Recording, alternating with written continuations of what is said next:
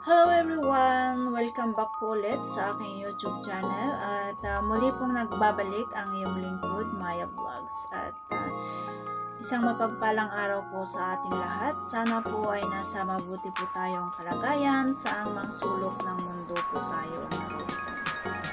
At syempre, huwag po nating kalimutang suportahan ang ama at founder ng Kalingap na si Kuya Bal Santos Matubang, Ate Edna Vlog, Kalingap Rab, Jack Tapia Matubang, lahat ng K-Boy at syempre ang aming team leader ng KOGR Hong na si Ma'am Marie Pinigaan. Huwag niyo pong kalimutang pindutin ang notification bell para po updated po tayo sa mga reaction videos or sa video na aking i-upload. At ayan, today's video guys, ang mapapanood po natin ngayong video na to is video po tungkol po kay nanay na siya po ay binisita po muli nila Kalingap Rab dahil matagal pong hindi na po nila napuntahan. So ngayon, binalikan po ulit nila Kalingap Rab si nanay or si Lola. At ayun, nadatnan naman po nila si nanay na naglilinis po. At syempre, may pagbabago po sa lugar na pinuntahan nila ngayon kasi yung bahay pala ni nanay is parang nagiba yata. Nagiba po, kaya nalipat na naman po siya. So ngayon, siya po ay nilapitan ni Kalingap Rab at ayan, naging suplada po si nanay or parang galit na po si nanay kasi meron po siyang hindi nagustuhan na sinabi or itinawag sa kanya ni Kalingap Rab. So ayan, atin pong panoorin ang kabuuan ng kwento guys at marinig natin si Lola at malaman natin kung bakit ba siya nagalit or bakit ba siya naging suplada kay Kalingap Rab. May kuryente.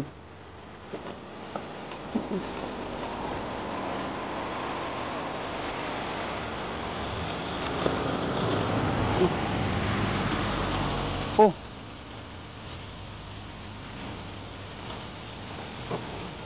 Ito si Lola. Ito si Lola, oh. Ito, oh. Lola! Makakalingap si Lola.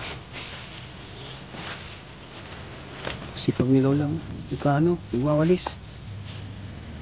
Grabe. Nawala yung bahay ni Lola. Dito sila nakatira, di ba? Nawala. Nay! Nanay! Ay. Ano po kayo? Itang Lola. Anastasia po ako. Lola. Ay, hindi po ako Lola. Si ano? Anastasia, nanay. Mukhang galit si Lola. Lola, natatanda niyo po kami? Ay, awan ko po. Ano po tatawag namin sa inyo? Si Anastasia nga po. Anastasia. Nanay Anastasia po. Hindi ako nanay. Anak. Wala daw siyang anak. Anastasia daw po. Kami baga po yung nagbisita sa inyo dati nung nakaraan. Tandaan niyo po? Awan ko po. Hindi ko alam. May dala po kami para sa inyo. Alam mo. Lagay ko lang po yung mic ha dito. Tara po. Nag-ano po kayo? Nakabaan ko ang mga dahon.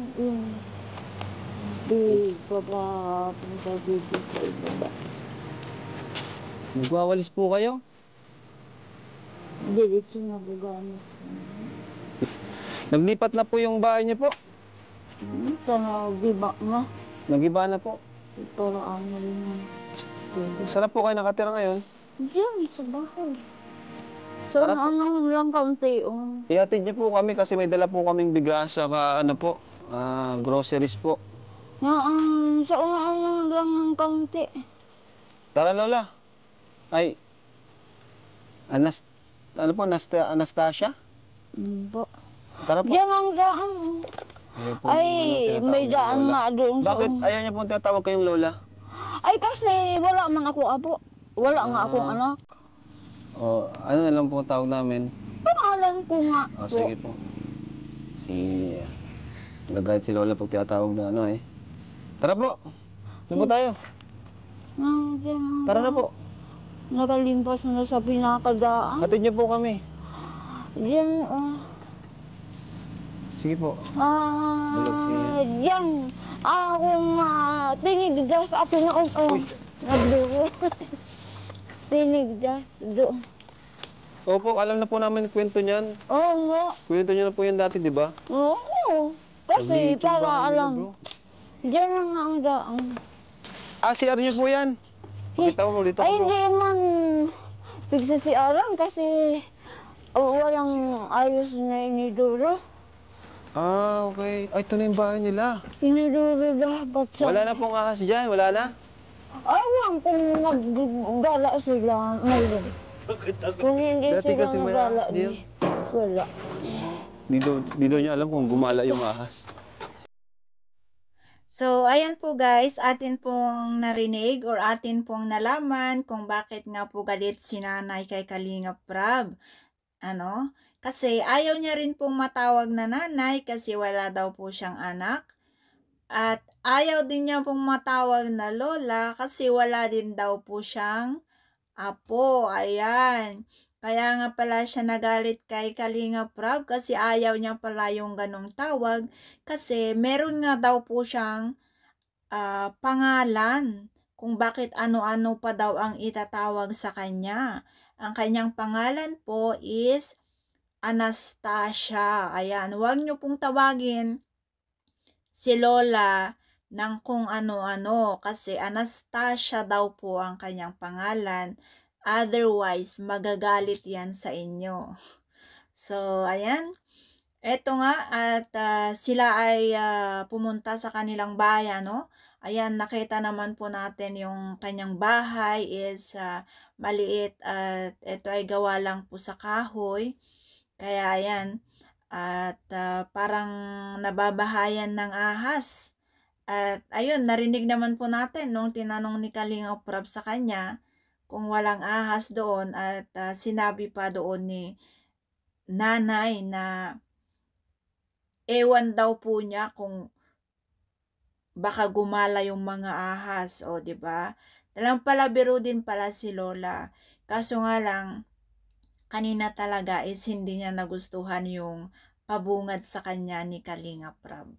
So ayan, atin pong panoorin ang susunod na pangyayari sa video na to. Paayos natin itong bahay nila lola. Ano, sa kanila ba yung lote? Oo. Kulay materials. At mga ganyang bahay, delikado. May ahas talaga mga ganyan. Ano? Ay, nga. Mac! Ito po yung gagawa. Pakilala ka para alam niya. Yung boses mo maalala. Magandang araw po. Ako po si Super Mac, yung pong magawa ng bahay niyo. Umpisa na po natin bukas. Grabe.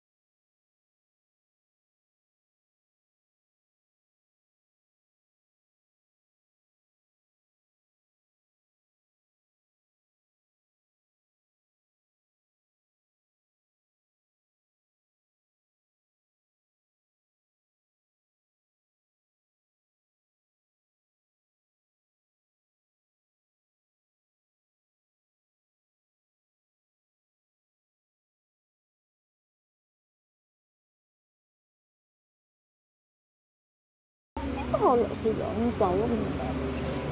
Ayan, Talaga naman pong napaka-bless po si nanay dahil dumating po si Kalingap Rab at dahil nandyan po ang Team Kalingap. O ayan. Ayan po, nakapagdesisyon na po sila na ipapagawa po yung bahay. At ayan, nagbigay na po si Kalingap Rab ng 100K. Okay, 100K advance para po pambili ni Super Mac ng materyales. Kasi sisimulan na po talaga yung bahay ni Lola. Napaka-swerte at napaka-bless po tayo kasi meron tayong Kalingap Rab or meron tayong Kalingap na laging tumutulong sa mga seniors at mga mahihirap, ano? So, ngayon natin pong panoorin yung isang part na kung saan is in-interview si nanay. Kung kilala niya, kung sino yung nag-interview sa kanya. So, ngayon tinanong po siya ni Kuya Vincent. At ayan, atin pong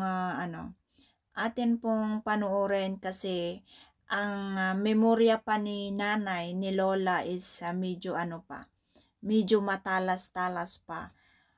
Tingnan natin. Kayo, mga Kalingap po kayo. yes! Tanda na ni nanay, ate. Alam mo po yung nag-interview sa inyong gwapo? Si Gilo Mags. Ay, si Kuya G. Kakambal po yun, kakambal. Muntik na po, muntik na. Sino? Gilo Mags TV. Sino pa po alam nyo? Si Kuya Ruben. Sino pa po? Si ay hindi ko na si niya Love Girl. Love girl. Si Love Girl. Yung mas bata-bata po. Si Kaputi. Jimmy.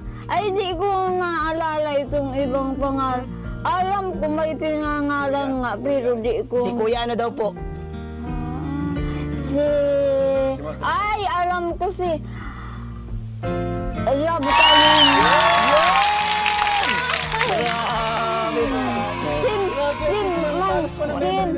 Sabi si Kuya Rab daw Team Kalingap. Opo, si Kuya Chilo po, palagi ko po yung inutusan pumunta dito. Kaya po natatandaan niyo po siya, nagbibigay po ako sa kanya ng pera, nabisitahin po kayo palagi.